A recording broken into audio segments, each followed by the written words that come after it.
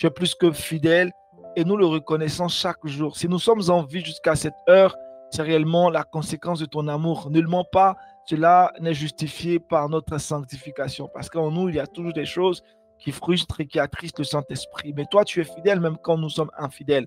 Alors, Père, nous voulons te rendre grâce. Merci de nous permettre, de nous accorder cette grâce, de nous retrouver encore cette soirée et d'apprendre à tes pieds comme Marie, Seigneur, a été à tes pieds. Que la gloire et l'honneur te reviennent, Abba Père, que ton Esprit Saint se manifeste puissamment encore ce soir.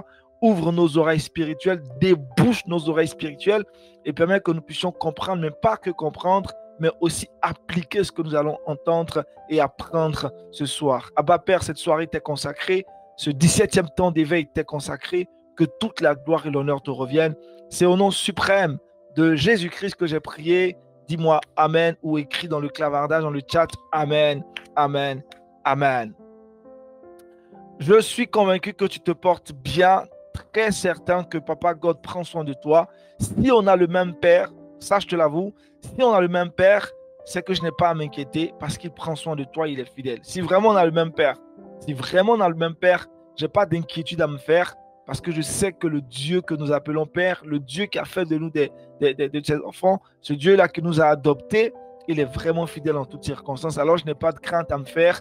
Je sais qu'aussi vrai qu'il prend soin de moi, malgré les épreuves, malgré la persécution, malgré la tentation, mais malgré toute forme de distraction, d'opposition, d'attaque, d'adversité, je sais que notre Père est toujours fidèle.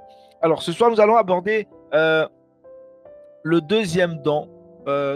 Nous avons parlé la semaine dernière du don de la parole de sagesse. Aujourd'hui, nous allons parler du don de la parole de connaissance ou simplement la parole de connaissance. Nous avons examiné le deuxième don de révélation qui est le don de la parole de connaissance, ou si vous voulez, la parole de connaissance, on sait tout de suite que c'est un don.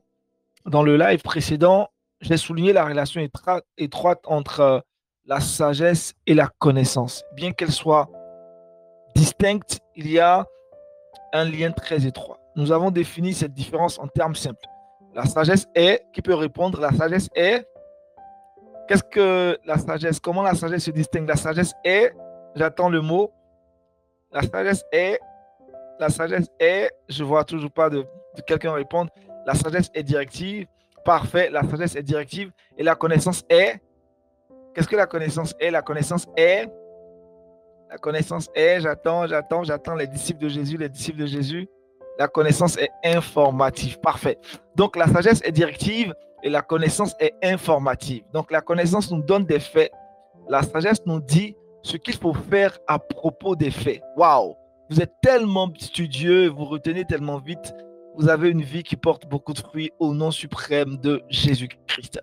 La connaissance donne des faits et la sagesse nous dit ce qu'il faut faire à propos des faits.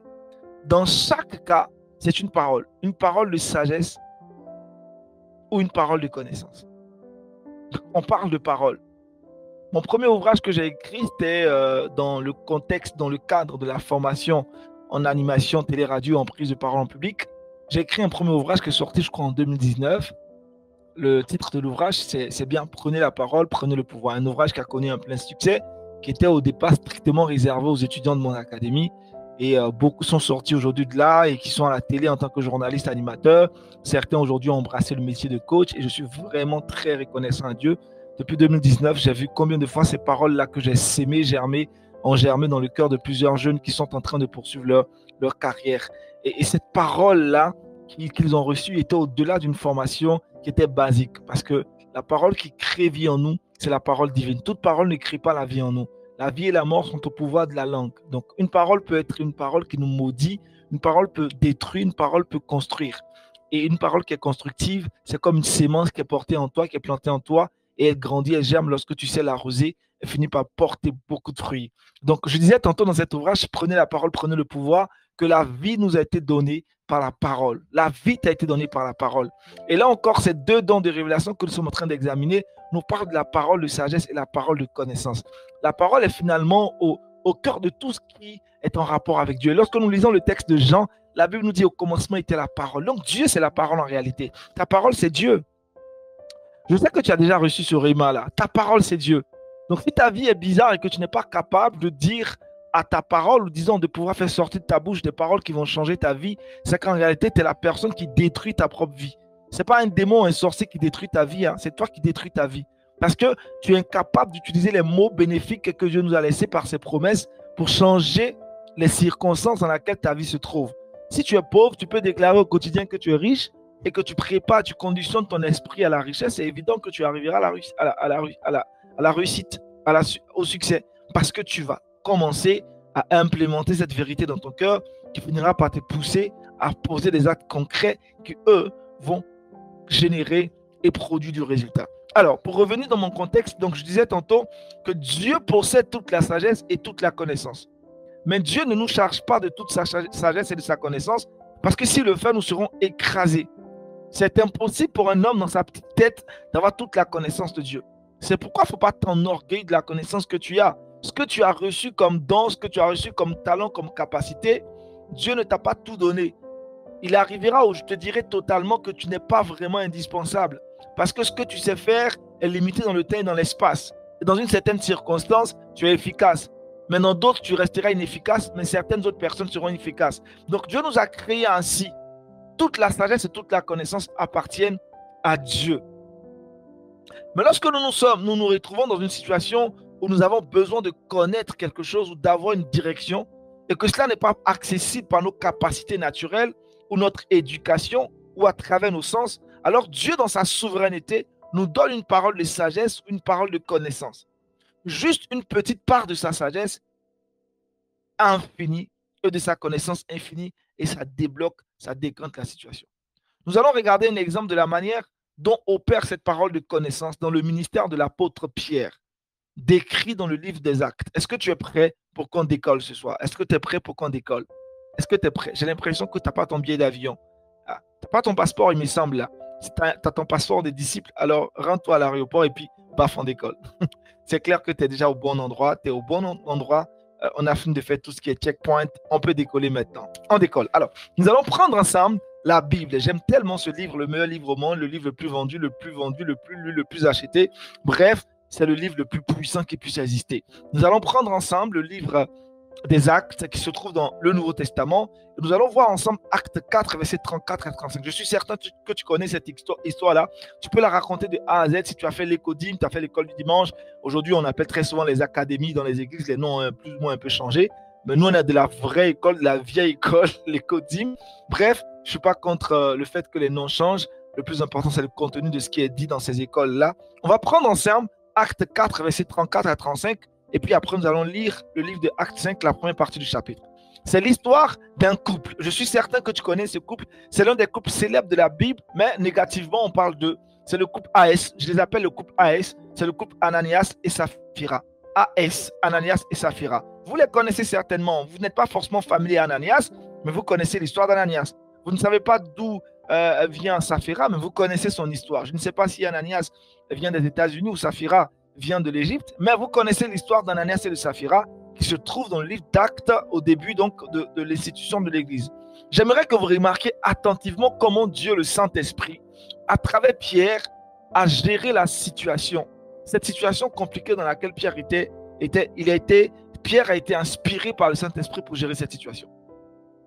Nous allons prendre ensemble nos livres et la Bible, pardon, dans Actes 4, 34 à 35. C'est une description de la vie dans l'église primitive à Jérusalem.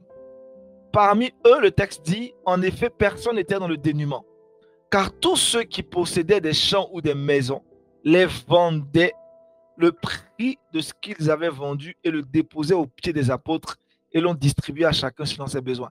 Question à 10 000 $. Est-ce qu'aujourd'hui, tel que c'est décrit dans la Bible, on peut revivre cette façon de vivre là maintenant? Est-ce que c'est possible? C'est une question que je vous pose. Est-ce que tel que les premiers chrétiens vivaient leur communion fraternelle, il est possible aujourd'hui de la vivre? Comment est-ce qu'ils vivaient? Ils partageaient tout ensemble. Qui peut me donner une réponse? Est-ce que vous pensez que c'est possible qu'on revive ça aujourd'hui? Cette façon de vivre où personne n'était dans le dénuement, chacun apportait ce qu'il avait et on partageait et puis après on distribuait. Ce qui faisait que le pauvre n'avait jamais été, il ne s'est jamais senti pauvre parce qu'en réalité il n'y avait pas de pauvre. Parce que celui qui avait 1 milliard, il pouvait distribuer ces 1 milliard selon les besoins qu'ils avaient et puis bref, on avançait dans ce sens-là. C'est vraiment délicat. Je ne saurais vous dire si on peut revivre ça aujourd'hui, mais les tendances sont évidentes il sera quasiment impossible ou difficile qu'on revive ça parce que les choses ne sont plus correctes comme Dieu l'a toujours voulu. Et puis, on va vers le retour de Christ. Donc, c'est correct. Vers l'enlèvement de l'Église, c'est correct. Donc, c'est pas évident qu'on revive ça, mais on peut continuer de pouvoir atténuer quand même, nous rapprocher un tout petit peu de cette vie-là. Je sais qu'il y a beaucoup d'églises qui font des efforts en matière de communion fraternelle, et ça, c'est à saluer, c'est à louer, parce que ça aide plusieurs familles à vivre et à se sentir aimées. Mais dire qu'on peut revivre ce qui se passait à l'époque, à l'église primitive, ça reste un sujet de prière pour un vrai réveil spirituel. Alors, on peut progresser. Merci pour vos réponses. Dans Acte 5, 1, 11, le texte est un peu long, mais on va lire tout le texte. Or, un nommé Ananias, avec Saphira, sa femme, vendit aussi une propriété avec le consentement de sa femme. Il détourna une partie du prix, puis il apporta le reste et le déposa aux pieds des apôtres. Pierre lui dit, Ananias, pourquoi le Satan a-t-il rempli ton cœur, que tu mentes à l'Esprit Saint en détournant une partie du prix du champ? Lorsque celui-ci était encore à toi, ne pouvais-tu pas le garder? Et même quand il a été vendu, son prix ne restait-il pas sous ton autorité? Comment as-tu pu envisager pareille action? Ce n'est pas à des humains que tu as menti, mais à Dieu. Quand Ananias entendit cela, il tomba et expira. Une grande crainte saisit tous ceux qui la prirent. Les jeunes gens se levèrent, l'enveloppèrent, l'emportèrent et l'ensevelirent. Environ 3 heures plus tard, sa femme entra, sans savoir ce qui était arrivé. Pierre lui demanda, « Dis-moi, est-ce bien à tel prix que vous avez vendu le champ? » Oui, répondit-elle, c'est bien à ce prix-là. Alors Pierre lui dit, « Comment avez-vous pu vous accorder pour provoquer l'Esprit du Seigneur? Sache-le, ceux qui ont enseveli ton mari sont à la porte, ils t'emporteront aussi. » À l'instant même, elle tomba à ses pieds et expira. Les jeunes gens, alors entrés, la trouvèrent morte. Ils l'emportèrent et l'ensevelirent auprès de son mari. Une grande crainte saisit toute l'Église et tous ceux qui apprirent cela. Dis-moi, si le Saint-Esprit agissait encore aujourd'hui tel qu'il a agi vis-à-vis d'Ananias et Saphira, est-ce que toi tu serais en vie? C'est une question que je te pose. Si le Saint-Esprit agissait spontanément comme il a agi vis-à-vis du mensonge d'Ananias et Saphira, est-ce que tu serais encore en vie? Moi, je réponds, je vous dirais non. Parce qu'il m'est arrivé à maintes reprises de me retrouver dans une situation où j'ai menti et le Seigneur m'a fait grâce de vivre. Je te pose la question, est-ce que toi, tu serais en vie si le Saint-Esprit agissait ou il avait agi de la façon dont il avait agi vis-à-vis d'Ananias et de Saphira? Donc, avant de juger Ananias et Saphira, fais attention. Parce que si tu veux les juger, peut-être que toi, tu vas mourir aussi. Donc, fais attention parce qu'on n'est pas tous, on n'est même pas saints. Ananias et Saphira ont menti et voici ce qui leur est arrivé. On va décortiquer pour essayer de comprendre cette histoire-là. Quand on était tout jeune et qu'on racontait cette histoire à l'école du dimanche, on avait une très grande crainte qui nous animait. Mais c'est vraiment cela le but pour lequel cela est arrivé. On va le comprendre. C'est vraiment un exemple remarquable de Dieu qui donne la connaissance à l'un de ses serviteurs. Ce couple, Ananias et Saphira, essayait de mentir à Dieu. Comme Pierre leur a bien signifié, ils ne mentaient pas à des hommes, ils mentaient au Saint-Esprit. L'essence même de leur culpabilité reposait là. Ils n'ont pas menti à Pierre, ils n'ont pas menti à un pasteur ni à un prophète. Tu peux mentir à tes parents, mentir à ton frère, mentir à ton pasteur, mais mentir au Saint-Esprit, c'est un autre degré de mensonge. Ils proclamaient donner à Dieu la totalité de la somme de la vente de leur propriété, alors qu'ils en gardaient une partie pour eux. Pierre leur a dit qu'ils étaient libres de garder toute la somme, mais qu'ils n'étaient pas libres d'essayer de tromper Dieu. Tu es libre de faire tout ce que tu veux avec ton argent. Tu es libre de faire tout ce que tu veux avec ce que tu as. Mais quand il s'agit de servir Dieu, fais attention. La Bible dit malheur à celui qui fait l'œuvre de Dieu avec négligence. Je préfère que tu ne fasses même pas l'œuvre de Dieu. Mais à l'instant où tu t'engages à dire que tu veux servir le Seigneur, ne néglige pas l'œuvre du Seigneur. C'est ce qui est arrivé à Ananias et Saphira. C'est ce qui est arrivé à Ananias et Saphira. Pierre leur montrait clairement que ce n'était pas avec les hommes qu'ils traitaient, mais avec Dieu. Ainsi, par cette parole de connaissance surnaturelle, Pierre a démontré clairement, premièrement à Ananias et puis à Saphira, deuxièmement, qu'ils étaient des menteurs, qu'ils ne disaient pas la vérité au sujet du prix. Qui est allé dire à Pierre que Ananias et Saphira avaient menti? Qui est allé voir, ou est-ce qu'il y avait un détective privé qui suivait chaque chrétien à l'époque pour savoir qu'est-ce qu'il faisait lorsqu'ils disaient qu'ils allaient apporter leurs biens? Personne. Mais qui a informé Pierre que Ananias était un menteur? C'est le Saint-Esprit. C'est là qu'on parle du don de la parole de connaissance. Ou s'il vous plaît, on parle de la parole de connaissance simplement. Le Saint-Esprit a divinement informé Pierre que Ananias était en train de mentir. L'impact de cette révélation de la part de l'omniscience de Dieu, sa connaissance infinie, apporta une telle conviction aussi bien sur Ananias que sur Saphira que ceux qui vivaient à l'époque ont appris cette information. Tellement que le Saint-Esprit avait convaincu Pierre de ce que Ananias et Saphira avaient fait lorsqu'il a relâché. Ananias était tout honteux, Saphira était toute honteuse et la cause de cette mort qu'ils ont connue de façon prématurée était le mensonge au Saint-Esprit. Mais qui a révélé qu'ils étaient des menteurs? C'est le Saint-Esprit, la parole de connaissance. La vie les quitta ce soir-là ou ce jour-là. Les deux sont morts. Laissez-moi insister sur certains points pour vraiment illustrer l'opération de la parole de connaissance. Premièrement, Pierre a reçu cette connaissance directement du Saint-Esprit. Il n'y avait aucune intervention humaine. Il n'avait pas une agence de détective. Il n'a pas procédé à des investigations. Il a eu l'information directement du Saint-Esprit. Vous savez, aujourd'hui, dans l'Église, il y a une certaine tendance de certains hommes de Dieu qui ne sont pas du tout vrais, qui font l'effort d'avoir des informations sur des personnes. Et puis, ils font le malin plaisir les dimanches de faire des révélations comme s'ils avaient le don de la parole de connaissance. Et ils commencent à dire des choses sur ces personnes, ton numéro de téléphone parfois, des choses qui sont très intimes que personne ne leur a dit, mais ils ont fait l'effort d'avoir des informations secrètes et le révèlent. C'est une triste réalité. Je ne sais pas si vous avez regardé récemment la suite de la première sortie du film Prophète Suddenly. Je ne sais pas si vous connaissez les Willows. C'est un couple chrétien qui fait des films chrétiens. Et je crois que leur dernière sortie, qui est sortie le 19 mai dernier, ils sont à un minimum aujourd'hui plus de 1,5 million de vues sur YouTube. Un très bon film. Je ne sais pas si vous l'avez regardé. Et ils dénonçaient ce fait-là, où il y avait des miracles qui se faisaient. Mais le pasteur, l'acteur principal de ce film-là, il prenait des gens, il prenait des agences, il prenait une sorcière, là, une certaine femme-là qui avait la connaissance de ces choses et qui lui révélait que telle. Et puis, il payait des gens, il prenait une femme qui n'est pas paralysée, elle vient s'asseoir dans une chaise roulante, il prie pour elle, après elle se lève. Il y a des choses comme ça qui arrivaient. Bref, c'est terrible. Mais la personne n'avait pas la parole de connaissance. Et elle tentait de faire quoi? De dire des choses. Et c'était triste. Mais ce que je vous raconte, ça se passe dans un film. Mais ça se passe en réalité. Ça se passe en réalité. Ça se passe en réalité dans certaines églises. Je lisais un article qui a été écrit par un chantre ivoirien. Son nom, c'est Chilo. Et je crois qu'il y a 2 jours de cela, il a écrit un texte pour dire qu'elle était encore plus jeune. Ses amis et lui, qu'est-ce qu'ils faisaient? Les week-ends, ils se promenaient de programme en programme dans différentes églises. Et ce soir-là, ils se sont retrouvés dans une église. Et puis, il y avait un prophète.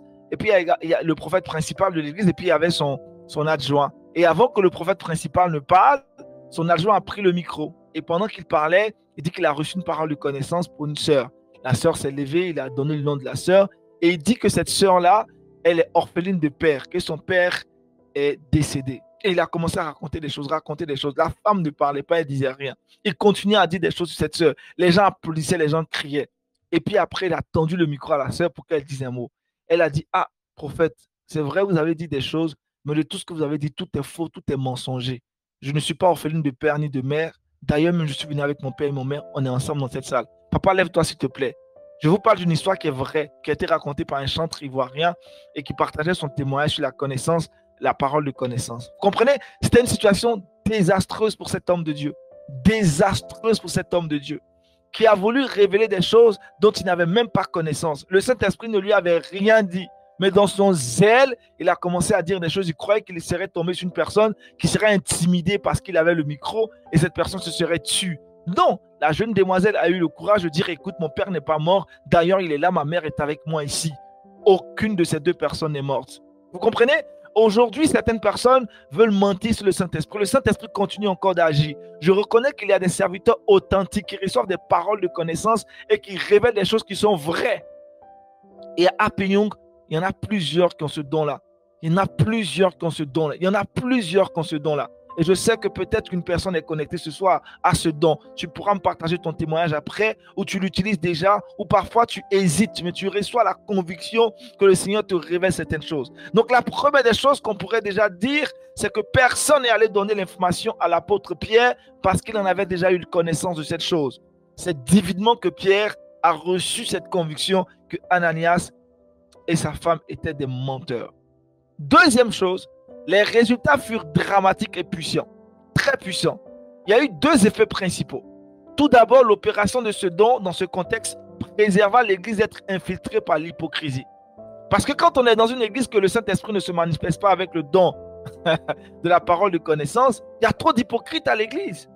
Mais lorsque quelqu'un a ce don-là, les gens ont peur quand ils font parfois des bêtises, ils ne viennent pas à l'Église.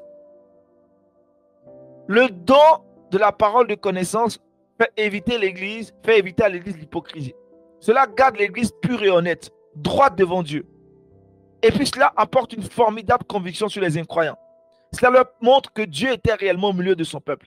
Je connais une sœur qui racontait son témoignage. Waouh! Elle vivait dans le péché. Elle était chantre. Et à la veille du culte, elle est allée coucher avec un homme et le dimanche, elle venait à commencer à chanter. Pendant qu'elle chantait, il y a une maman qui avait la parole de connaissance, qui ne la connaissait même pas, c'était la première fois que la maman venait à l'église. Et pendant qu'elle chantait, et puis elle a reçu le message, elle a commencé, quand le temps lui avait été donné, de parler. Et puis elle a dit, je n'ai pas envie de dire le nom de la personne, elle se connaît très bien, je peux la dévoiler, mais pour ne pas salir le nom de la personne, sa réputation, dans le groupe musical ici, il y a une sœur qui, vraiment, hier, a couché avec un homme, et puis elle est venue chanter ce matin. Le Seigneur t'interpelle, il dit qu'il t'aime, il faut faire attention à ce que tu fais là. Parce que s'il veut vraiment se manifester, s'il veut agir, tu vas mourir, ma fille. La maman ne la connaissait même pas. La sœur, elle venait à peine d'arriver dans l'église, mais elle avait reçu la parole de connaissance. Je vous promets que le Saint-Esprit continue encore d'agir aujourd'hui en révélant des choses qui sont vraies. Et lorsque le don de la parole de connaissance est actif dans une église, cette église est préservée de l'hypocrisie. Cette église est honnête, cette église est pure, cette église est droite. Cela apporte une formidable conviction sur les incroyants. Cela montre que Dieu est réellement au milieu de son peuple. Dans le Cantique des Cantiques 6.10, l'Église est présentée prophétiquement par ces mots, redoutables comme des troupes sous leur bannière. Je pense que parfois, nous oublions qu'un aspect de l'Église est celle d'une armée. Une armée qui va répandre la peur et la terreur sur les ennemis de Dieu.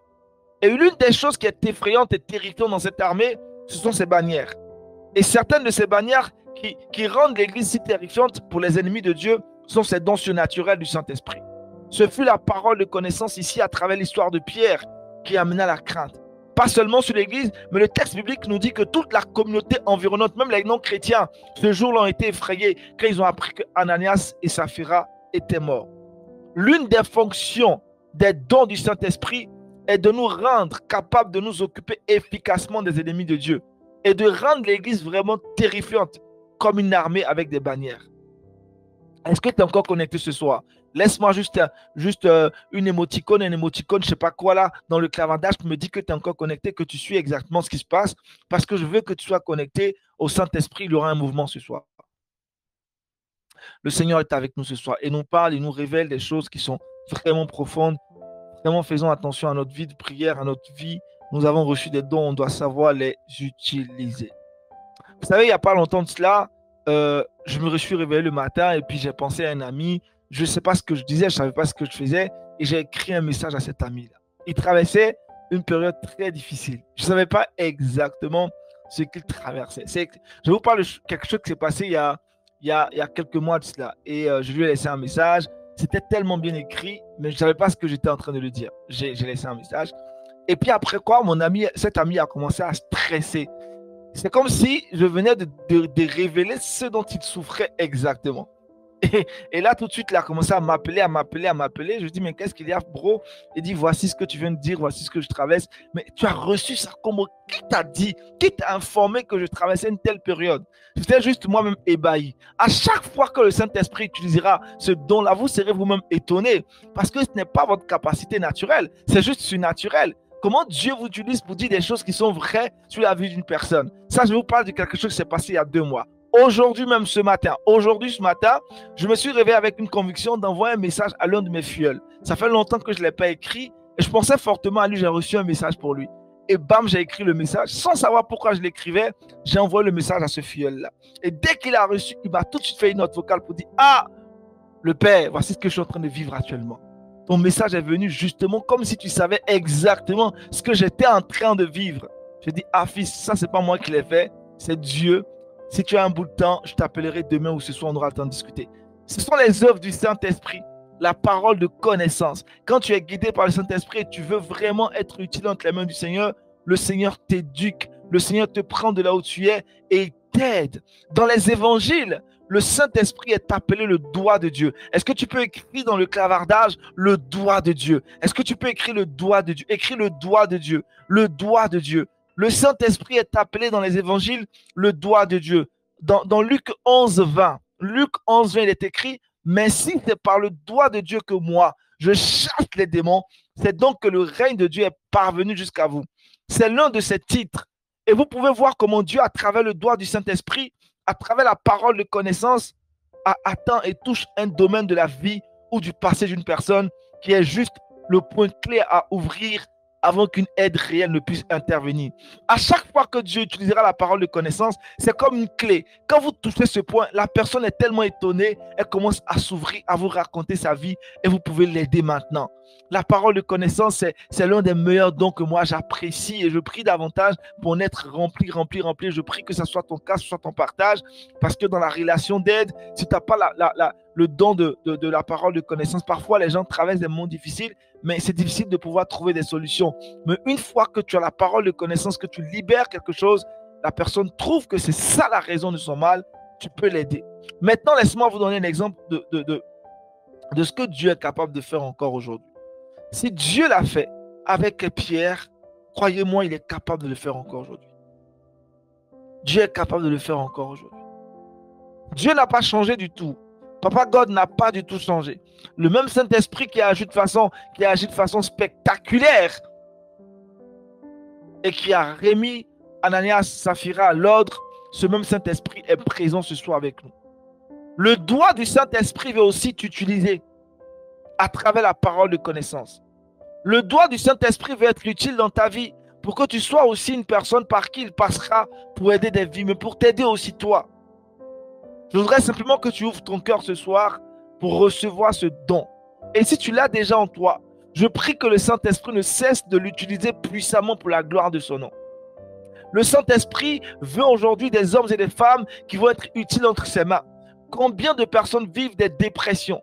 Combien de personnes vivent des problèmes? Ils meurent de façon tacite parce que personne n'arrive à détecter le mal. Vous savez, c'est difficile de s'ouvrir quand on traverse un monde difficile. Pour la dignité, on préfère cacher ce qu'on a.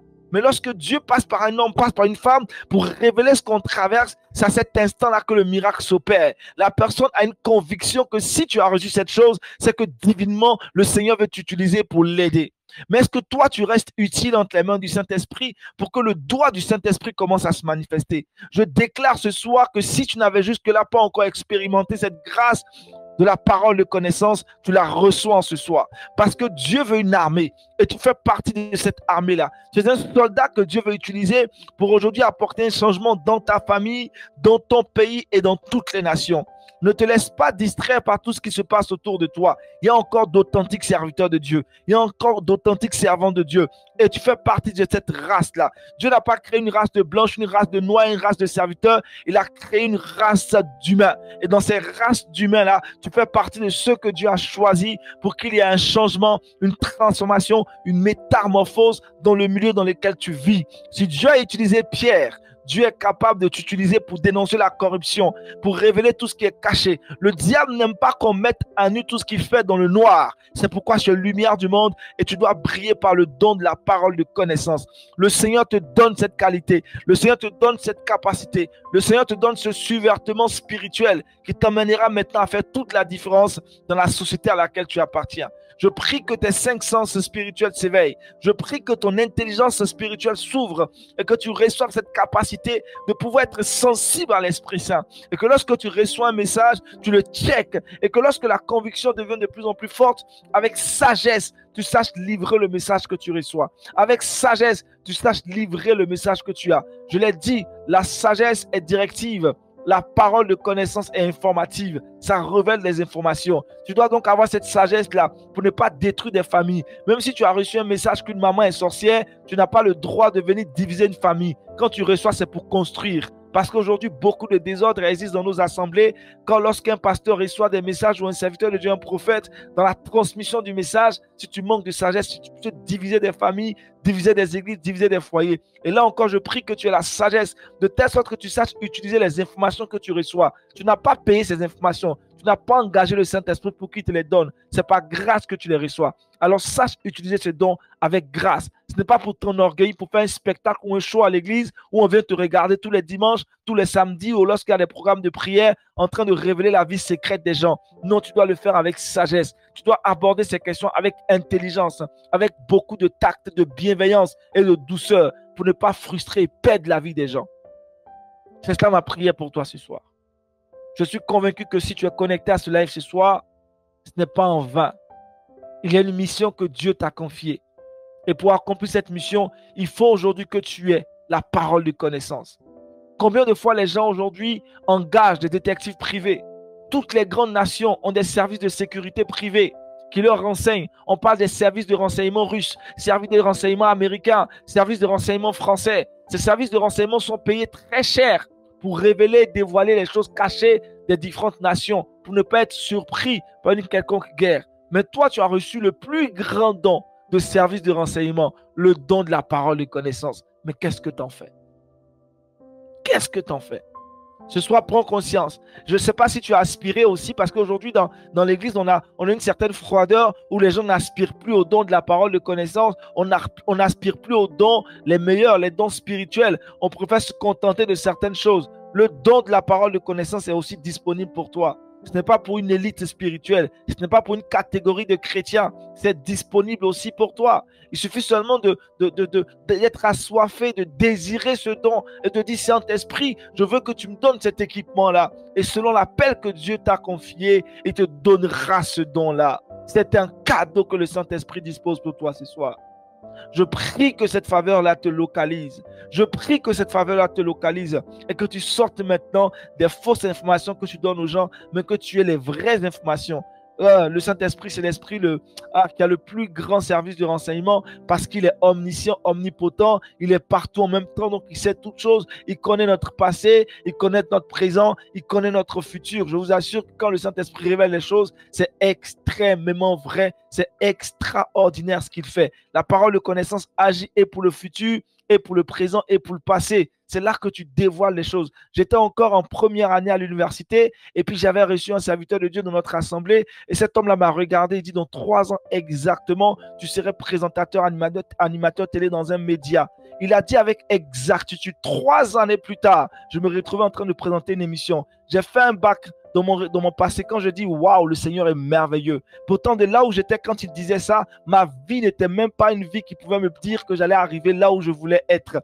Mais quand le Seigneur dit qu'il va faire quelque chose et qu'il révèle cela à son serviteur et que cette parole est relâchée, appuie-toi sur cette parole. Il me l'a dit dans une circonstance où ce n'était pas évident de se retrouver là dans un cercle fermé où il fallait avoir des relations pour être présentateur télé à l'époque, mais le Seigneur a permis justement par une parole que je sache en réalité que c'était vrai que j'allais y arriver. Je suis sûr que tu as reçu des paroles de connaissance. Il y a des choses que tu fais que le Seigneur t'a déjà révélées. Je prie que tu restes focus. Peu importe ce qui arrivera, reste ferme parce que Dieu t'a choisi toi pour être aussi un vase d'honneur dans sa maison.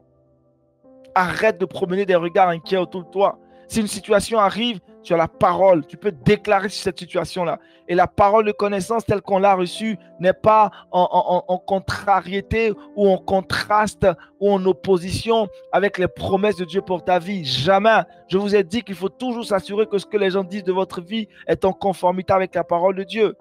Dieu veut toujours restaurer. Dieu est un Dieu constructeur. Dieu ne vient pas détruire des vies. Dieu n'a pas pour mission de dérober des vies.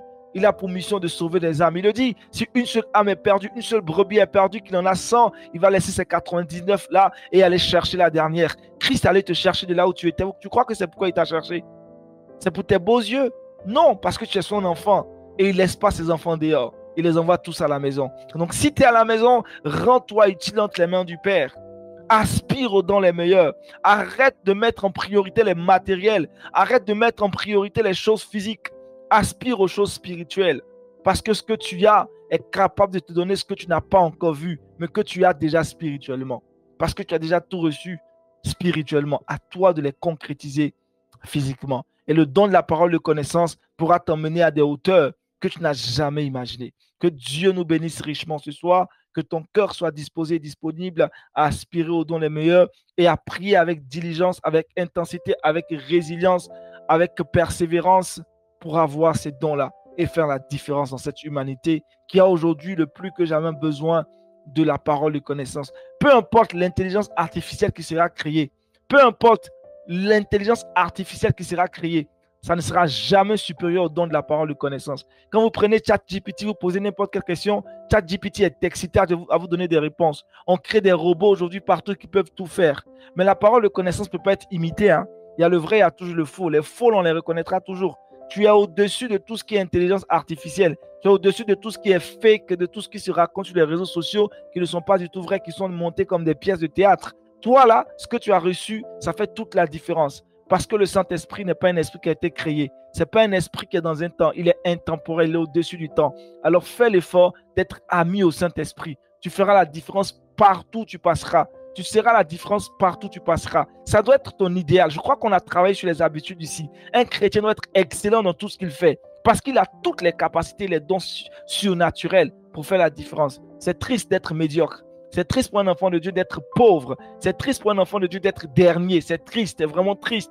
Et tu dois éveiller ta conscience. C'est pourquoi nous sommes au temps d'éveil.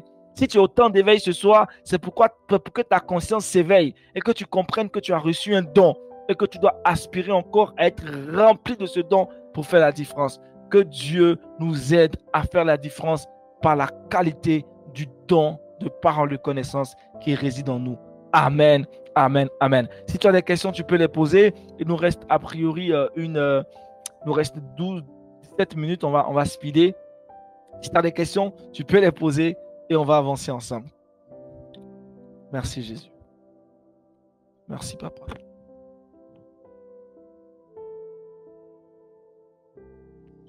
Laissez-moi prendre une gorgée d'eau.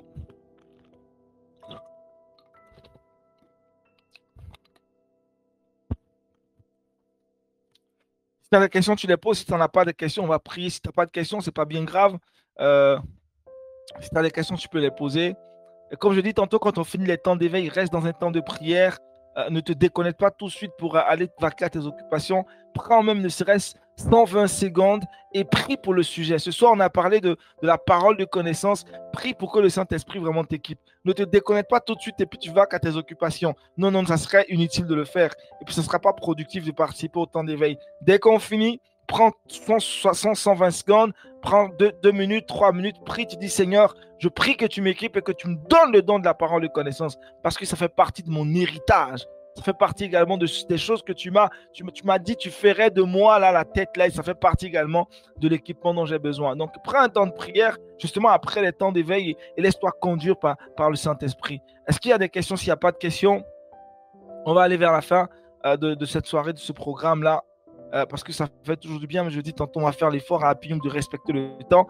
On a 1 heure, on ne va pas déborder les 1 heure. Ça peut arriver parfois qu'on mette 2 ou 3, 4, 5 minutes là-dessus, mais le Saint-Esprit est un esprit d'ordre. On veut rester vraiment dans ces 1 heure, ces 60 minutes-là. Est-ce que quelqu'un, je crois qu'au ce soir, tout est bien compris. Très souvent, au temps d'éveil, il n'y a pas assez de questions, mais lorsqu'on se retrouve au cœur de l'amour, il y a beaucoup de questions. Je comprends toute la différence parce que l'amour est partout là. Comment prononcer les paroles de connaissance à quelqu'un s'il ne veut pas? Écoute, les paroles de connaissance ne sont pas à discuter, c'est les informations que tu donnes. Donc, tu n'as même pas besoin de discuter avec cette personne. Tu révèles juste à la personne ce que tu as reçu, mais avec sagesse et dans le bon timing. C'est tout. Ce n'est pas à discuter. Quand tu as reçu un message, il faut prier pour que le Seigneur te donne la façon de le transmettre. Il ne faut pas le garder pour toi. Le message ne t'appartient pas. Tu peux prier pour que le Saint-Esprit te donne la force de le faire. C'est comme Jonas. Jonas avait reçu un message, devait aller à Ninive, mais il ne voulait pas le faire, il s'est opposé. Non, non, non. Tu reçois un message. Je comprends ta question, James, il ne fallait pas l'enlever. Il faut justement prier et dire, Seigneur, j'ai reçu tel message pour tel frère. Donne-moi la sagesse et le bon moment pour que je puisse le livrer avec la manière qu'il faut. Si le Saint-Esprit dit non, pas maintenant, prie pour cette personne. Prie. Mais c'est sûr qu'il arrivera un moment où le Saint-Esprit te dira, va et livre le message à cette personne-là. Elle doit être consciente que le Saint-Esprit est en train de révéler ce qu'elle fait, ou si elle fait quelque chose de bon ou de mauvais, le Saint-Esprit veut l'aider à grandir. À chaque fois qu'il y a révélation, qu'il y a don de parole de connaissance, ce n'est pas pour détruire. Écoutez, comprenez que c'est pour aider. Ce n'est pas pour détruire, c'est pour aider. Ce n'est pas pour détruire, c'est pour aider. C'est pas pour détruire. Lorsque Ananias et Saphira, ils ont menti là, ils devaient tout de suite. Pierre leur a posé des questions avant qu'ils ne se mettent à mentir. Ils pouvaient dire la vérité, mais ils n'ont même pas cherché à savoir. Ils ont commencé à mentir, ils ont insisté, et on sait ce qui leur est arrivé. Donc, quand le Saint-Esprit veut vraiment aider les personnes, il révèle plusieurs choses et on ne peut pas vivre une vie chrétienne sans qu'on ait vraiment la parole de connaissance. Comment faire si tu le révèles et il ne veut pas obéir alors que ça allait lui amener un malheur, il ne veut pas. Écoute, le messager est tributaire de son message. Donc, toi, tu as livré le message. Les conséquences, là, c'est plus vraiment ton affaire. James, les conséquences, c'est plus vraiment ton affaire. Tu sais, le Seigneur dit que celui qui obéit à ses commandements, c'est celui-là qui est réellement son enfant.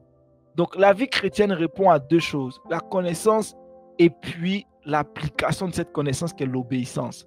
Donc, je peux savoir des choses, mais tant que je ne m'applique pas à obéir à ce que je sais, ma vie chrétienne ne connaît aucune croissance. C'est ce qui fait que beaucoup de chrétiens ont fait 20 ans à l'église, ils connaissent toute la Bible, leur vie ne bouge pas, parce qu'ils n'obéissent pas à la parole de Dieu, ils n'obéissent pas aux instructions que Dieu leur a données. Donc quand toi, le messager, tu reçois un message, le Seigneur te donne comme mission de transmettre le message. Tu transmets le message. Quand Jésus est arrivé, il a prêché la bonne nouvelle. Tout le monde a entendu, la majorité des gens qui vivaient à l'époque ont entendu ce message. Mais tout le monde n'est pas devenu enfant de Dieu. Parce qu'il n'a aucun moyen de pression, aucun moyen de pression. C'est de façon volontaire. Et là encore, c'est la grâce qui est donnée par le Saint-Esprit. Parce que les cœurs sont endurcis. Donc toi, James, tu pries pour la personne, même si elle n'accepte pas, prie encore pour elle.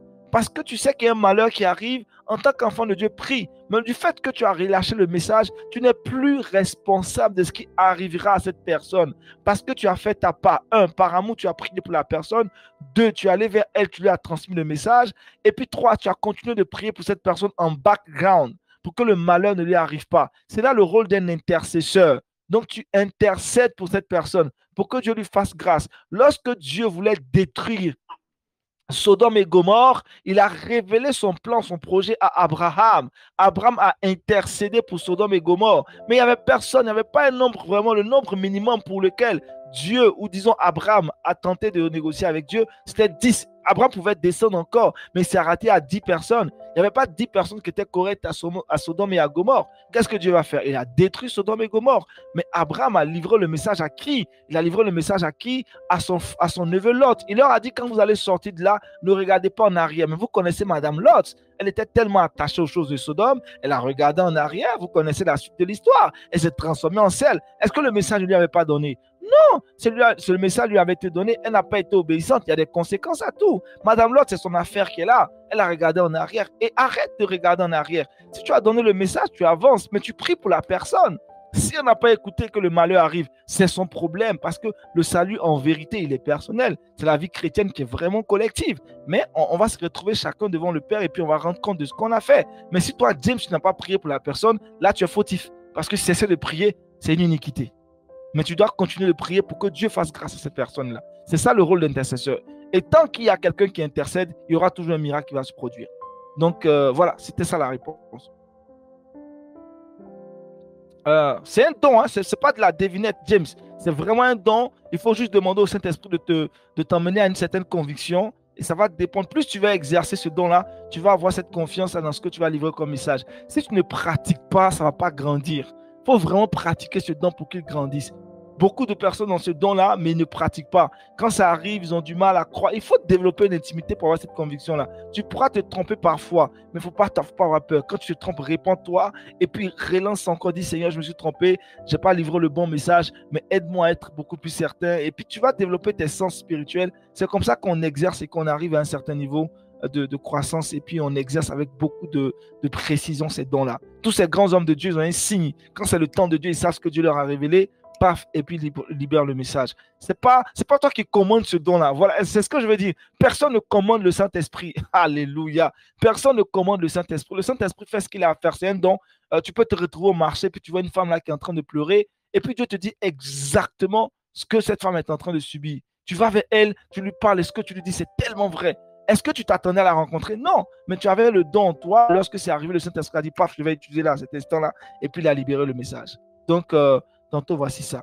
Comment être sûr comment être sûr que ce qu'on reçoit est une parole de connaissance? Il y a la conviction. C'est cette conviction-là qu'on ne peut pas expliquer, elle est personnelle, mais elle doit être vraiment une parole qui vient pour être dans la mesure d'aider quelqu'un. Comme je dis tantôt, Dieu peut te révéler quelque chose, mais quand tu reçois, est-ce que cette parole que tu reçois, c'est dans le but d'aider, de construire cette personne? Donc, plus on passe du temps avec le Saint-Esprit, que le Saint-Esprit nous convainc de certaines choses, on a cette tendance-là à recevoir des messages dans le but de pouvoir aider d'autres à grandir. Donc, il faut développer ton intimité avec le Saint-Esprit.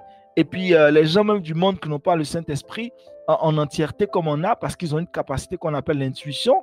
L'intuition, c'est vraiment l'un des dons du Saint-Esprit, c'est le don de parole de connaissance, mais en miniature, parce que les gens disent que je ressens, je perçois, je ressens. Le Saint-Esprit travaille avec nos sens aussi, hein. Il travaille beaucoup avec nos sens.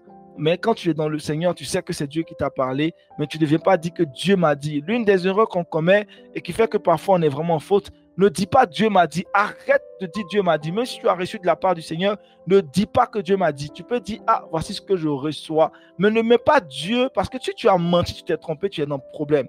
Il faut parler avec beaucoup de sagesse. Il faut parler avec beaucoup de sagesse. Tu as reçu quelque chose dans ton esprit, tu dis, ah, voici ce que je reçois actuellement. Et tu livres le message. Vraiment, les Dieu m'a dit, on crée trop de problèmes dans l'église. Waouh! Et dans des vies, dans des familles. Le Dieu m'a dit, et quand Dieu a dit, les gens ne peuvent plus parler. C'est Dieu qui leur a dit. Si le monsieur il a menti, on peut pas.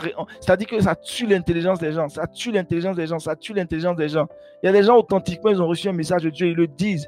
Mais quand tu sais que tu es en train de débuter, même quand tu as une grande connaissance, sois humble quand tu livres les messages. Sois humble. Tu peux livrer le message, tac, mais il ne faut pas vraiment tout de suite commanditer ce message de Dieu. Il faut aller avec beaucoup de sagesse. Il y a certaines paroles de connaissance qu'on ne peut pas révéler à part l'intercession.